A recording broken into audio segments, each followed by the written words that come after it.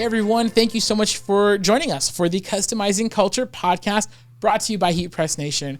My name is Jared, and I am super excited today because I have a very special guest from a company that I have just been following for a while now. Pretty much ever since I started, I've been wanting one of their heat presses, and now we have them here. I'm here by none other than Greg Farmer from Insta Heat Presses. Greg, how you doing today? Good, Jared. How are you doing? I'm doing good, man. I'm doing good. I'm really excited to have you on the podcast. For the people who don't know Insta or may not know you, why don't you go ahead and introduce yourself? Yeah, so as you said, I'm Greg with Insta, and I've been with Insta about 2.5 years now.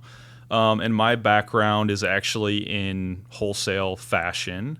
And as happened to lots of people when the pandemic hit a few years ago, my career got shooken up a little bit, and Insta took a chance on me in a new opportunity that was a little bit different than what I did before, and I'm really grateful for that. And yeah, it's been great ever since. I love the print industry so far. A lot of good people I've gotten to meet, and looking forward to the future. So that's super interesting, actually, coming from fashion but not from print. I think a lot of us t-shirt makers, because I'm a t-shirt maker, a lot of us t-shirt makers, we kind of have this really narrow view of the fashion industry. Yeah, t-shirts, right? You make t-shirts. So I'm sure a lot of people would assume, oh, fashion industry, he must do t-shirts. But what was your role prior to Insta then? Yeah, so I actually don't have a whole lot of apparel experience. My experience was mostly footwear, watches, and eyewear. Oh, very before cool. I came to Insta. Yeah, so it's like the accessories world. Accessories, yeah. So kind of different, but also kind of adjacent. A lot of the stuff I sold before probably gets sold alongside the stuff that our machines help make now. You know what I mean? So it's kind of cool. But yeah, dude, that is super cool. And so what kind of what drew you to Insta in particular?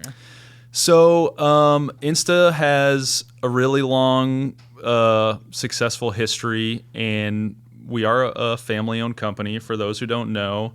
And kind of the cool thing about working there is that they really care about their employees. And that kind of came across when I was interviewing with them and stuff a few years ago and learning about the company. And they really care, they take good care of their employees. They really care about your future there.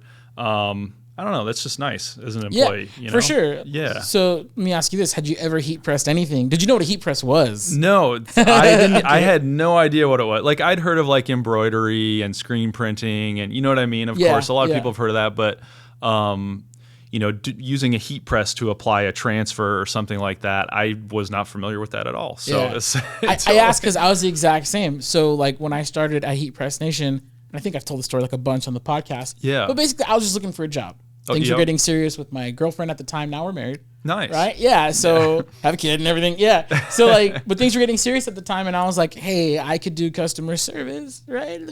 So I literally started at the bottom here. Nice. Customer service, and then I just really fell in love with it, which I think was so I was able to bring I come from a graphic design background. Okay. And so that's kind of how kind of had my edge in.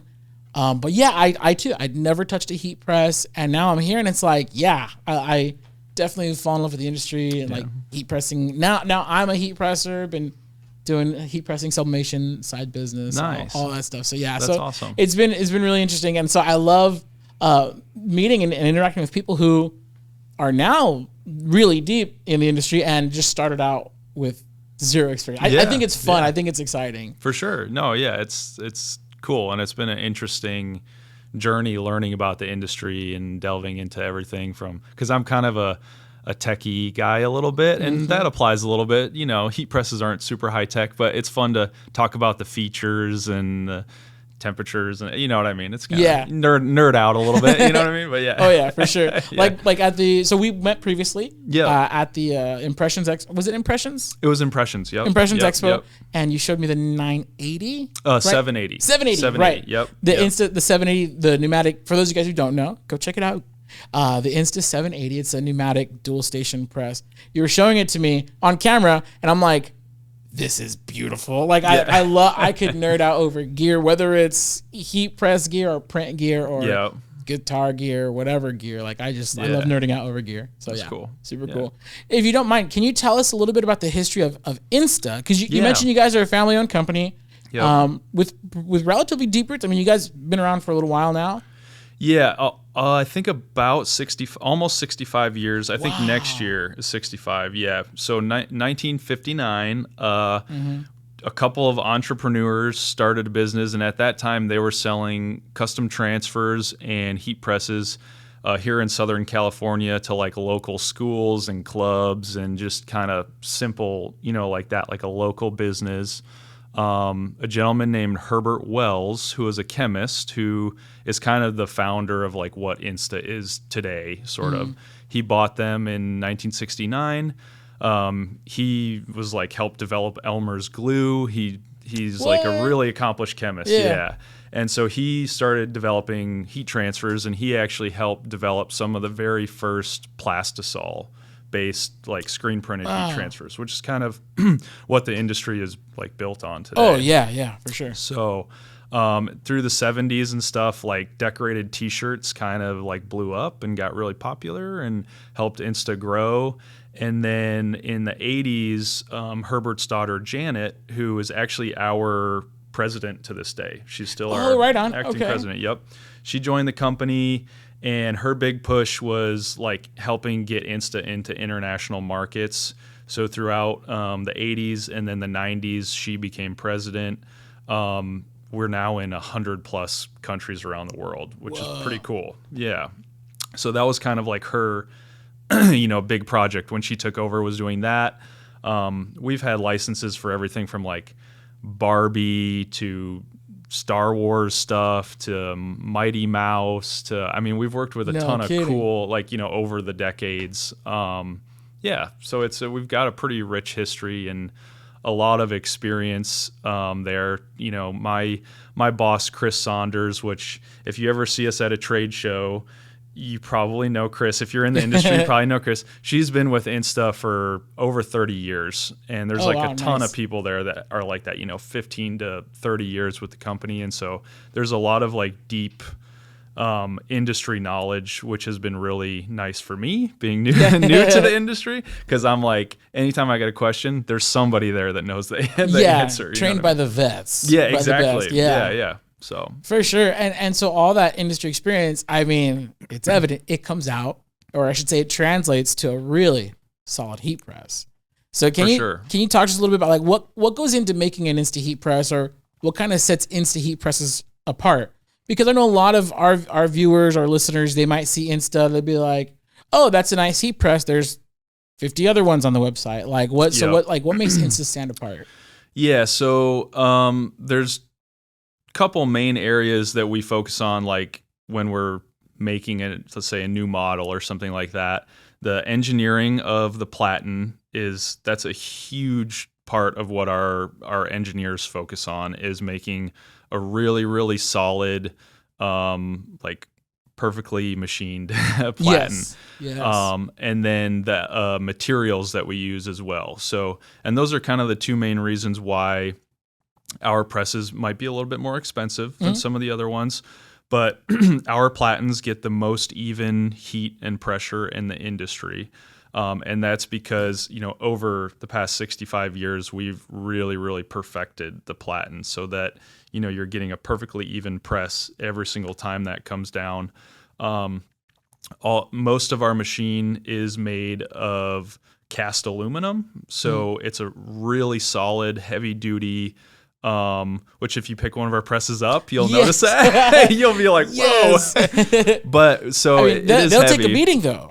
They take a beating. Yeah. So I'm still involved in sales here, and it's funny because sometimes, we'll get a call just straight up. Sometimes, you got to kind of not work a customer, but like they'll, talk to them, figure out what they want. And sometimes they call up like, I want an Insta 256. And I'm like, sure. And it's almost a little too easy for me, right? I'm like, sure. Do you have any questions? Like, oh no, my old Insta finally broke down. I'm like, oh, just curious, how long have you had it? Oh, I think I bought it in the 70s. And I'm like, not bad. Not bad to get 30, 40 years out of a heat press. Yeah.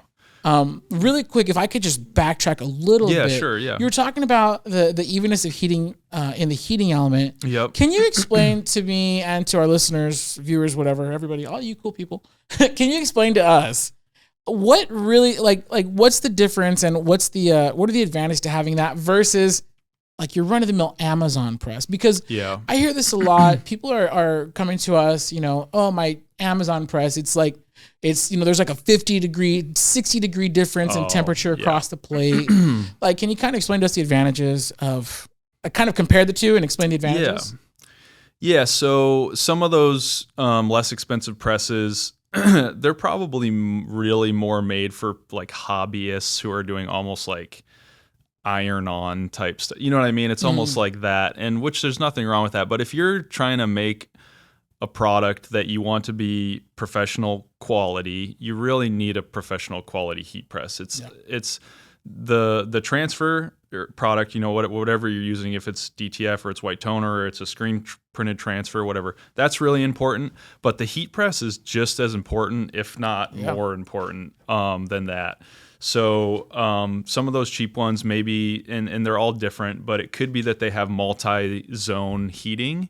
And it kind of cracks me up because I'll read some of the descriptions when I'm researching and stuff, and some of them will be like 5-zone heating element, like as if that's a feature. That's not a feature. That's a bad thing. Because what happens is it's very difficult to make all those zones actually heat at the exact same time. It's almost impossible. Right. And so that's why somebody's like, how come when I test the temperature here, it's like 30 degrees different than over here or whatever. So that's part of it. The materials, the pressure they get is probably not going to be very even because the materials, maybe the platen is made from some kind of like sheet metal or something like that. It's not like a solid cast metal. Got it. So that's part of it. And then just, the construction quality too. If you're making a heat press that you're going to sell for $300 instead of $3,000 or $4,000, you can't make money unless you just whip them out as fast as you can. You know what I mean? Right. So these things are obviously not getting quality tested. Yeah. So I actually had an experience with that. One of my buddies asked me to come take a look because I've done everything here. I used to be in tech support. Okay. Right. So he knew I worked tech support for a heat press company. He goes, hey, come take a look at my press. I'm like, it's not one of ours. Like, whatever. He goes, just come. So I went to go check it out. And in the center of all of his t-shirts, they would peel or they wouldn't transfer. Oh, okay. And so I was like, what the heck is that? And so finally we get a ruler or a yardstick. We hold it up to the press, and then the platen was bowed. Yep. And I was like, dude, where'd you get this press? And he's like, oh, it's my buddy's old Amazon press. I'm like, oh, that's why. That explains it. And so like it's these shortcuts that these lower end manufacturers take, and that's basically that's where it shows its ugly face. Is a bowed element like that, and then there's no fixing that. No, not really. No. Yeah. So it could be like you're mentioning, in that case, it was getting no pressure in the center because it was bent, or it could be on some of them, maybe one of the heating elements is off completely or off temperature, and then that's why there's a lot of reasons. But yeah, for sure. Yeah, and so like the evenness of heat and pressure is, like you said, it's kind of second to none. Yep. When it comes to Insta. Is there anything else like about the press that you guys are just like, yeah, that's an Insta press, baby? Well, this is okay. So this is gonna be going back to me. I like to nerd out about like specs and stuff. But so our presses, for the most part, get much higher pressure than any of our competition, really, too, and can do that and can perform that consistently without compromising the machine.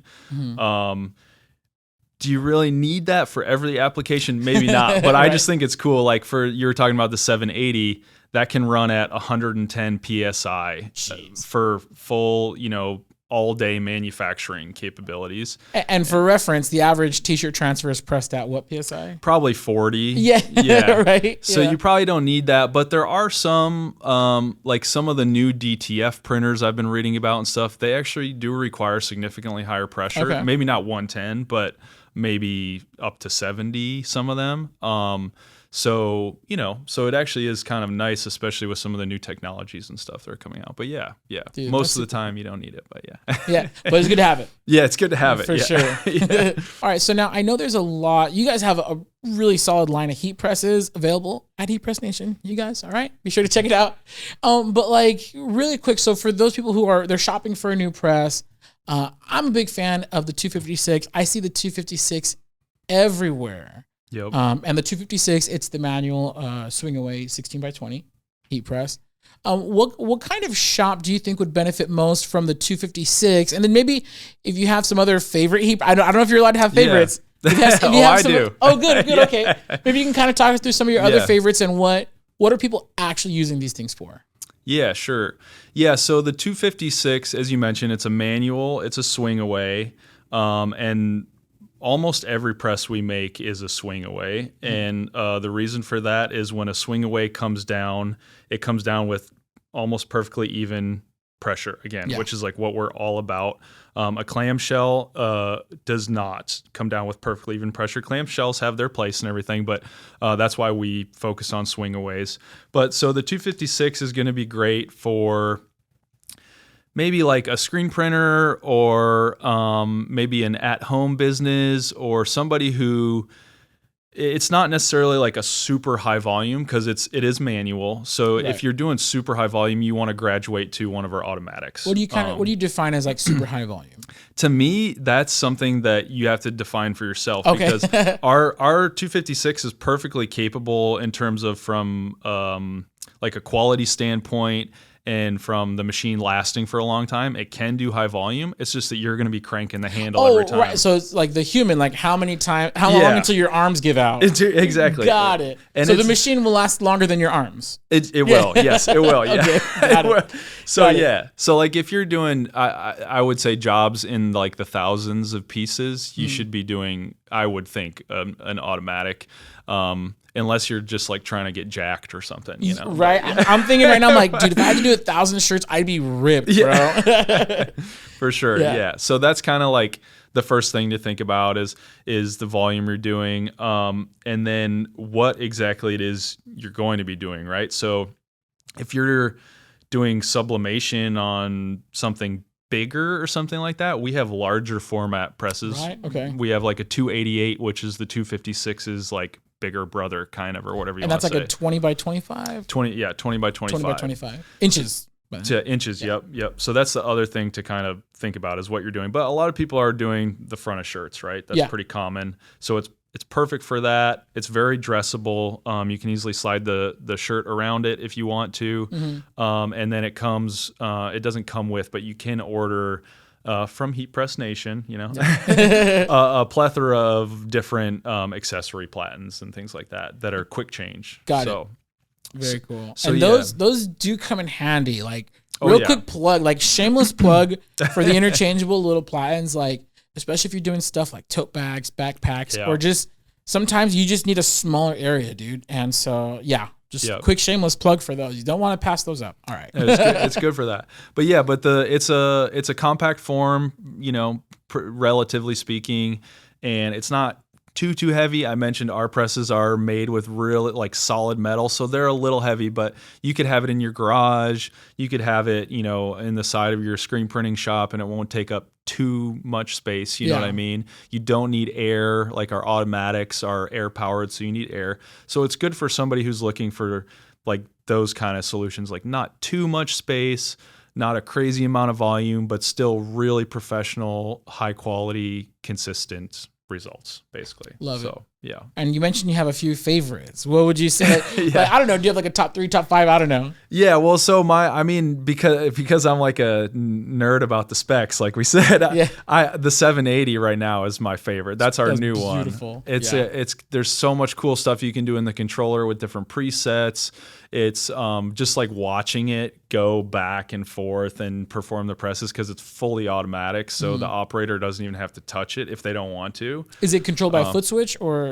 Yeah, it can. Okay. It's got a foot switch that you can control, or you can control with a button, or you can turn it on fully auto, and it'll just go, and you just load and unload. Like on a timer?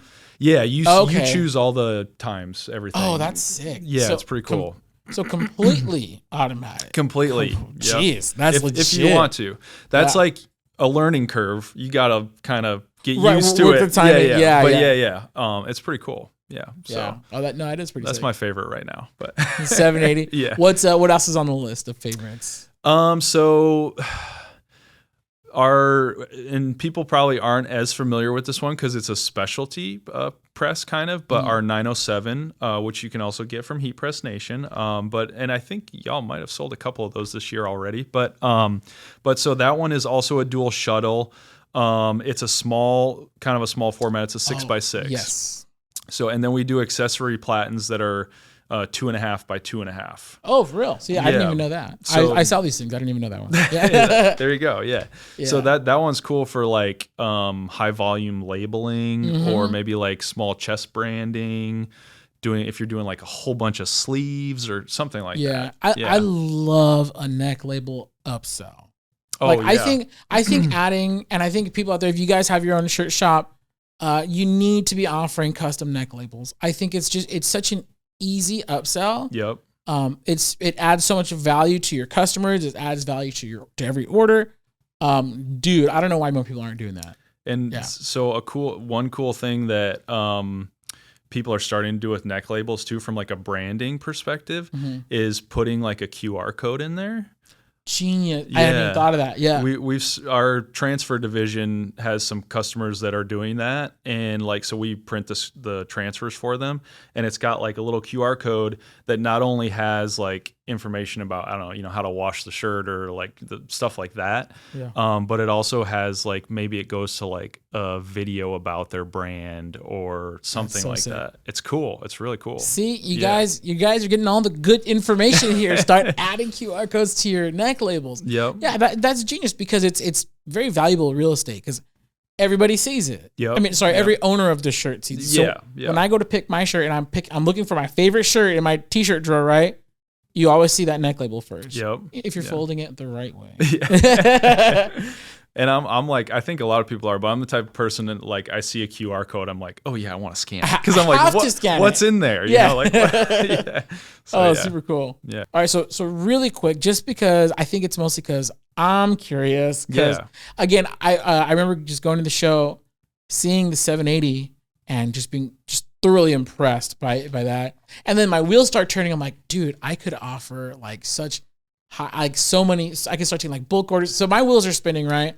But what kind of shops are truly benefiting from having the 780? Or you mentioned you have another like not a dual station, but like a single station air powered heat press. Yeah, we have a handful of different options there. Our best seller in like a pneumatic or an automatic heat press would be our 728. Okay. Which is just a single station, like you said, and it is a swing away. As I mentioned, that's what most of our machines are. And that's a 15 by 20. So kind of like the automatic version of the 256, basically. Got it. Mm-hmm. And those are higher volume. Obviously, you just push a button and the machine operates. They're also can get a little bit higher pressure than our manual machines can. Right. All of our machines get pretty high pressure, but the automatics, because they're being pushed by air rather than your arm, you can really crank them up. We don't recommend above 100 psi, but we have, I mean, this is kind of unique, but we have people that do all kinds of stuff with our presses besides decorating t-shirts. Yeah. Just if anybody's curious, it's kind of interesting, I think, but doing specialty manufacturing and molding plastics into things and stuff like that, which is cool that you wouldn't really think of. But yeah, so if you're going to graduate from a manual to an automatic, it's kind of like, are you doing the volume to justify it? And then if you are, I think it's a great opportunity because you can start, like you're saying, you can start taking bulk orders. Like if somebody's like, hey, I need you to do 5,000 shirts, and all you have is like a little press you got from Amazon or something, it's not going to come out very good. You know what I mean? Yeah. And it's going to take you like days to get that done. So so I think that's why you would graduate, is mainly the volume, but also there are, some quality aspects. Not so much necessarily with our presses, honestly. Our manuals get just as even pressure as our automatics do, but I think maybe if you're going from like a cheaper manual or something like that to one of our automatics, you're going to immediately be like, wow, I don't have any mistransfers or like things like that. Consistency is so huge because if somebody's ordering 5,000 shirts, they're not ordering it for their family reunion. Right. These are like big brands that you're going to be connecting with, that you'll be able to connect with because of your higher output abilities, but they're not going to be cool if even a 1% failure rate on their shirts, that's not acceptable. You have to have 100% perfection on the finished product. So that's another reason why I would say go for, you got to have a high quality press. And then I know the price tag scares some cheapskates away. I'm a cheapskate, all right? So cheapskate speaking here, all right? But like on a 5,000 shirt order, you should be paying for the machine. Like, you can have it. You can have it paid off in a handful of orders. I know it seems like a big investment, and if you're coming from doing like fulfilling like 10, 20 shirt orders, yeah, I'm sure it is. Yeah. But if you really consider the new league, literally like the new league that you'll be playing in, it doesn't take a lot. No, for sure. To get that thing to pay for itself. Absolutely, yeah. If you're genuinely getting business coming in, I mean, it'll pay for itself in less than a month. I would think. Yeah, you know what I mean? it really could. Yeah. Yeah. Like and kind of on a smaller scale, like my mug press, right? I went in, I bought. I had just started, right? Yeah. It was actually a little. Sorry, I had just started. And I bought my heat press stuff, and then when I went to go buy my sublimation stuff, I didn't have any orders lined up. I just wanted it. Yeah. Right. Hey. Nerd. Right. Yeah. So I get the at the time I got the SG 400. Okay. And then the signature heat press. And in my first order, I sold a case of mugs. And in my first order, I had paid for most of it. And then within a few orders, I had paid for all of it. And that's a small scale. And so with that in mind, I know especially once you have like the pneumatic going, and you can just crank shirts and you're ordering transfers, which I do want to talk about. Yeah. You're ordering transfers, so you're really not spending a lot of time in production. The average shirt, Absolutely. you're heat pressing. I don't know, what would you say? Like, once you get the ball going, right, and you're in a production run, you have your workspace set up properly. Yeah. How long are you spending per shirt on average? With an automatic, it just depends on your dwell time. So if you get good at dressing that, like the R&D guy at our facility, he does all the research and development for us. He's been in the industry forever. He can like dress a shirt in like half a second. You know what I mean? He's like bam, bam, bam. And I'm not quite that fast, but you get the shirt dressed, you get the transfer lined up, and depending on how experienced you are, that can take anywhere from like 10 to 30 seconds. You know what I mean? Mm-hmm. And then if your dwell time is 15 seconds, then you're doing a shirt in less than a minute. You know what I mean? Yeah. So potentially, if you're as good as Sean, our R&D guy, you're doing a shirt in like 25 seconds. But yeah. So which if you're ordering transfers like from Insta, like since you're not spending any time cutting, waiting, to me, because I started in vinyl and I love vinyl. Yep. I will always love vinyl, right? But the truth be told, if I'm making an order of vinyl shirts, every shirt's, if you include the cut, weed, and press time, every shirt's taking me a few minutes. For sure. At least 3 to 5, sometimes 7 to 10, depending on how intricate the design is. Yep. And that's, if it's multiple colors, we're getting into more time versus ordering transfers. If you have an efficient heat press and an efficient transfer system, dude, even at 1 minute per shirt, like, if time is money, that's so much money you're making. For sure. Yeah. For sure. So really quick, Insta kind of, I don't know, is it fair to say you guys kind of cut your teeth in the beginning on transfers? So, or has it always been like transfers heat press? Yeah, it's always been both. Okay. But I do think like a lot of our history in the early, like maybe in the 70s and things like that, were around creating new products for the transfer industry. Mm-hmm. And we still are. To this day, we're constantly working on new products. We're working on some stuff I probably can't talk about yet right now, but I can tease it a little bit. But we're working on something right now that's like a new eco-friendly transfer that we're all really excited about. We have some really cool specialty transfers that we do right now, like puff, and we have a few different water-based options. And so I would say that in terms of like, at least in the beginning of our company, being kind of revolutionary or new technology was kind of focused on the transfers, but then eventually that turned into also trying to create like the perfect heat press is my understanding. Nice. So they go very much hand in hand. Oh, for sure. Yeah. Yep. And you guys still offer custom transfers, right? We do. Yep. And what'd you say are some of your best sellers? So that's hard to say. We do a lot of large, really high volume stuff for some really unique folks, which is kind of cool. There's been a number of years where we've done part of the Olympic uniforms for the transfers for them. Awesome. Yeah, that's legit. Like I think it was 2 or 3 years ago. It was one of the first ones after COVID, I think. Almost every single country at the opening ceremony, part of their uniform was a transfer that we had printed. That's pretty cool. You know what I mean? That's amazing. Yeah. So we do cool, like unique stuff like that. And we play in a bunch of different industries and stuff. But I think in terms of like our actual transfer product that people get like most excited about, it's probably, we call it high density. It's technically a puff transfer. But we always have really cool designs at the shows and stuff. If you come check out our booth, I think at Impressions we had the dragon face. I don't know if you remember that. Yeah. And it's like it puffs like way out of the shirt and it looks like super 3D and that's kind of cool. That's legit. I love messing with the puff stuff. Is it like a softer or like a more rigid puff? Just curious. I'm just curious because hey, I'm a presser, man. I want to try this stuff out. Ours, it's pretty soft, I think. Okay. Cool. If you do and I think this is how a lot of them work. I don't know for sure about everybody's, but ours, kind of the heavier the weight of like the line or the design, the more it puffs out. Oh, okay, cool. Yep. So like if you had like on the dragon face, the way and this was our R&D guy that came up with this pattern, but Sean, he had like empty space in there, and then like some parts were like really thick and some parts were really thin, and it had like these multi-layers. It was really cool. That's sick. If you play around with the artwork and stuff, yeah, it's cool. I gotta try that out. I'm always on the lookout for like new stuff to include, because like I do customs and then I have like my own t-shirt line, so like I'm like, that's why I love being in this industry, because it's like I get like the first hand, like what's cool, what's new, you know?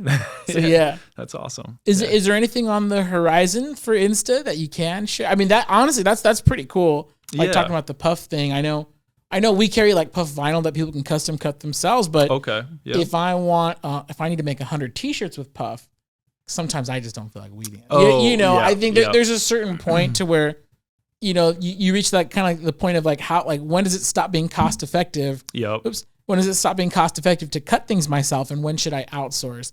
It's actually a big conversation we have, between our customers in the, especially in the small business owners that are kind of scaling up. It's like, hey, when do I stop cutting? Because, they love the puff vinyl or they love like certain products. And it's like, yeah, but now I'm fulfilling, 200 pieces, 500 pieces. And it's like, when do I make the jump? So I love hearing that these products are available because I want to try them. And then I want to tell people about them, Nice. Right on.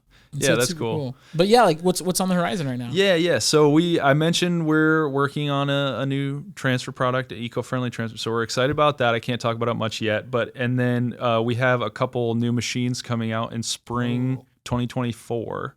Very nice. I can talk about them a little bit. So we're coming out. So we have a really awesome hat press that a lot of people know in the industry, our 418, and we're coming out with an update to that. Very cool. So it's gonna be called the 420, I think, but it's gonna have a touch screen now. It's gonna be basically the same like solid, cast aluminum, really hardcore, heavy duty design that you know and love. But there's gonna be some updates like a touch screen and I think a couple of other features. But we're also coming out with a version that's like going to be on like the same like chassis or however you want to say it as as that machine, but it's going to be, instead of a curved cap platen, it's going to be a little 6x6 platen. So this is going to be awesome for people who are doing like chest branding, neck labels, all this kind of stuff, but don't necessarily do the volume where they need like our 907. Right. So it's going to be perfect for that. I'm really excited about that one because I think there's like a huge opportunity for people, people working out of their garage or people who like you, it's their side gig or whatever, where they don't need a $5,000 like label press, but they want to be able to have those capabilities. Right. This is going to be super affordable, but it's still going to be like Insta quality. So I'm excited about that one. Dude, that's super cool, man. Yeah. I honestly, I'm like pumped. I'm so glad that we're able to talk to you today. Yeah. I'm pumped on Insta. Like I said, like I when we look at like, because I watch all the videos, right? Yeah. I watch everybody's videos. I love, dude. I'm like, if I'm on YouTube, I'm like watching heat press videos. Yeah. And what I think is so interesting is that when I'm watching the white toner stuff, from Forever, the Magic Touch, everybody's always rocking a 256. And then I know you guys actually developed the Forever Signature. I think it's like a special edition. The Forever Insta, or the Insta Forever edition. Excuse me. Yeah. Yeah. So you guys have that, like it's got to feel cool to be like the press of choice for cool. everybody. Yeah. And I think that really comes down to, as we've talked about a few times already, the evenness of the heat and the pressure. Yeah. White toner is a really cool technology, but it can be a little bit more finicky than like some. Yes. So, but it's a very cool technology, and it's a high quality technology. And if you combine it with a high quality press, like an Insta, it works really, really well. Yeah, I've noticed that when we use like Insta and like high quality, like basically the better quality your heat press, the less problems you're gonna have with like the AB peel. Everybody stresses over the AB peel. Okay, yep. And we've tested it. You could do the AB peel on even like our Signature series, which is great press, not quite an Insta, but it's great press, especially for that like mid-range price point. Yeah. But one thing I've noticed when you move up to the Insta is the AB peel is just, it's butter, dude. It's just so much easier. And it kind of eliminates the finicky quality of the white toner stuff. And before we go, I do want to talk about like Insta for DTF, because DTF, it's like an emerging technology. I feel like it's all the rage right now. Yeah. And can you kind of talk to us about why Insta is such a good press, even for that application and all sorts of applications? Yeah. So it's kind of similar to why it's good for, there's a couple reasons. One of them is kind of similar to why it's good for white toner in the evenness of the heat and pressure. I mentioned too, at least some of that I've seen of the new DTF transfers, they do require higher pressure than like a traditional transfer. And so that's a factor that we can achieve with an Insta. The other thing though gets into, like, if you get a roll-to-roll DTF setup, all of a sudden you can do crazy volume. I mean, you can just print transfers like way faster than you can even use them almost. You know what I mean? And so from that point of view, if you want to keep growing your business, you need to be a little bit more automated. And so something like the Insta 780, the heat press sort of becomes the bottleneck, I guess you would say, if you can just print transfers as fast as you want, anytime you want. And so if you can get like a fully automatic machine like the 780 that can just be going, and your operator can just be cutting your DTF and printing them and just flying. I mean, you can fly. I mean, you can do crazy volume. So that's another reason why. But yeah, I love it. It's like basically like you have this dope DTF setup, but you're not using it to its full advantage unless you have the complementary heat press for it. For sure. I love it, dude. Dude, super cool. Well, I have to ask, do you have any like, because for us here, we're all about like the creators. We're all about the people, boots on the ground. Yep. I know you guys at Insta too are obviously making product for such a crowd, right? Yeah. But what kind of advice do you have? I know like you definitely bring a lot of experience with your not just your background here at Insta, but also like your fashion background. Like, what advice do you feel that you could share with our boots on the ground? For me, I'm kind of envisioning like small business person ready to scale up. Started in their bedroom, moved to the garage, and now they're like, hey, business is great. We're ready to scale and take the next step. What kind of advice do you have for them? Yeah, I would say take care of your customers for one thing. But one of the best ways to take care of your customers is with the quality of the product that you provide them. And that quality comes from you doing your research and you learning your industry really, really well and knowing what's on the cutting edge. And like Jared's talking about, he's like, I watch all the videos, that's great. I mean, educate yourself, go out there, watch videos, learn the techniques, learn the ways to do new cool designs or new technologies.